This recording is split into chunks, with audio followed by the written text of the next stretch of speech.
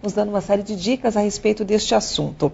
Pedro, nós já falamos algumas coisas relacionadas a como melhorar a sua comunicação no ambiente de trabalho, como melhorar a sua comunicação, de repente, numa entrevista de emprego, mas no dia a dia, né, o que nós podemos fazer para melhorar as nossas relações através da comunicação, seja através da expressão corporal, da expressão oral? Que dicas que você poderia dar para os nossos internautas e ouvintes? Vamos falar um pouquinho sobre essa questão da expressão corporal, tá? O ser humano sempre avalia primeiro pela imagem, né? Desde que ele tem a oportunidade de ver, primeiro ele olha essa pessoa e ele estabelece um pré-conceito, né? Ele estabelece uma informação sobre aquela pessoa. E depois ela ouve o que ela tem a falar. Então algumas coisinhas devem se tomar muito cuidado. Por exemplo, falar de cabeça baixa, né? Ou então ficar falando com a cabeça muito alta, porque dá um ar de arrogância, parece que a pessoa está querendo se sentir superior a todo mundo. E a cabeça baixa dá o efeito contrário. E é contrário, parece que você está pedindo desculpa aí, não queria falar isso não, tal, mas eu tenho que falar com você, me permita. Procura sempre manter o queixo paralelo ao chão, porque você está sempre olhando as pessoas de igual para igual. Outra coisa não é só a cabeça, às vezes é ombro, né? Você está lá na frente, você está com o ombro caído, aquela postura abandonada, jogada. E mesmo você sendo uma pessoa muito ativa mentalmente, pode passar a imagem, por exemplo, de que você é preguiçoso, ou não está com muita boa vontade, ou está com preguiça, não quer fazer alguma coisa e tal. Então essa imagem corporal é sempre bom mostrá-la de maneira ativa, que ela está presente, que ela não está abandonada.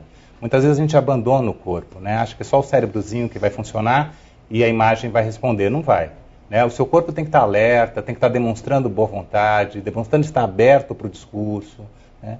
Então essa coisa da força, o pé no chão, né, que a gente brinca muito, né? Coloca o pé no chão, não fica na cadeirinha conversando com o pezinho na pontinha do pé, jogando o pezinho para trás, ou então ficar falando, se balançando o tempo todo. Ou seja, acha sempre uma postura firme, onde você pode se sentir seguro, bem apoiado no discurso. Até por uma pesquisa do mundo ocidental, cerca de mais de 50% da comunicação humana ocidental é feita através de gestos, né? Só 6% da comunicação humana ocidental é feita através do sentido da palavra em si. Ou seja, quando eu digo eu te amo, eu estou dizendo eu te amo. Quando eu digo eu te odeio, eu estou dizendo eu te odeio. Só 6% é feito assim. E cerca de 36% é feito através das nuances da voz. Isso quer dizer que o importante não é o que você fala, é como você fala, né? E aí a gente vai entrar na questão da entonação, né? Porque a gente entra com um tom, e aí o fulano fala assim, mas eu pedi por favor, mas olha o tom que você usou para falar por favor. Foi um tom agressivo, foi um tom ofensivo, né? Então, como se policiar, Pedro, para não usar o tom?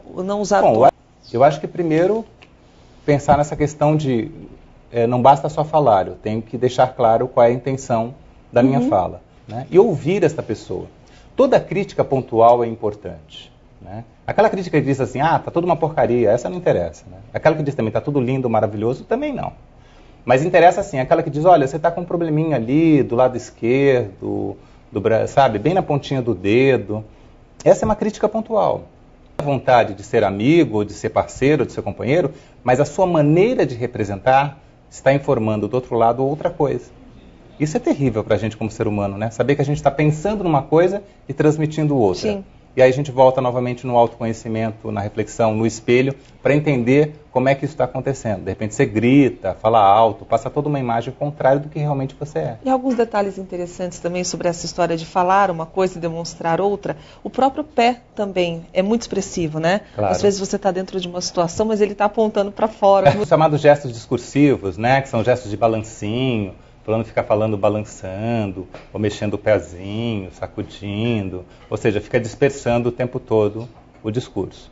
Então, Pedro, nós falamos sobre entonação, mas não falamos especificamente sobre voz. Qual a importância da voz no ato de se comunicar? No mundo ocidental, plena, completamente essencial, né?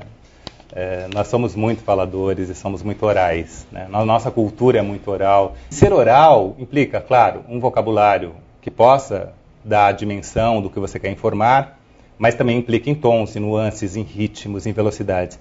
A voz, principalmente para o profissional, ela deve ser sempre encarada como um objeto, né? Não como algo abstrato, que está no ar, que você não tem controle, não. A voz tem peso, velocidade, cor, altura, largura, profundidade. Ela tudo trabalha isso? tudo, sim. A voz é um objeto, claro, e você trabalha esse objeto de maneira concreta, e não como uma coisa que sai de dentro de você sem controle e sem nenhuma noção. Uma voz ruim pode atrapalhar o seu trabalho? Pode. mesmo que a pessoa seja Olha, super você competente. vê uma coisa engraçada. Isso já é provado cientificamente, né? O ser humano tem baixa tolerância, né, do sistema nervoso ou sistema parasimpático, que eles chamam, para tons agudos. Ok? Então, por exemplo, os tons agudos irritam. Uma pessoa que tem uma voz muito aguda, que joga a voz muito lá em cima, estridente, ela tende a causar irritação na pessoa, né, que está ouvindo. Né? E tem aquela pesquisa neurolinguística que mostra que os tons mais graves dão mais credibilidade. E essa questão da credibilidade é que as vozes mais finas estão ligadas mais às vozes de criança. E as vozes mais graves são consideradas vozes mais adultas, por isso dão mais credibilidade. Não quer dizer que a mulher tem que falar com voz de homem, não é isso, mas uma voz mais adulta, mais grave.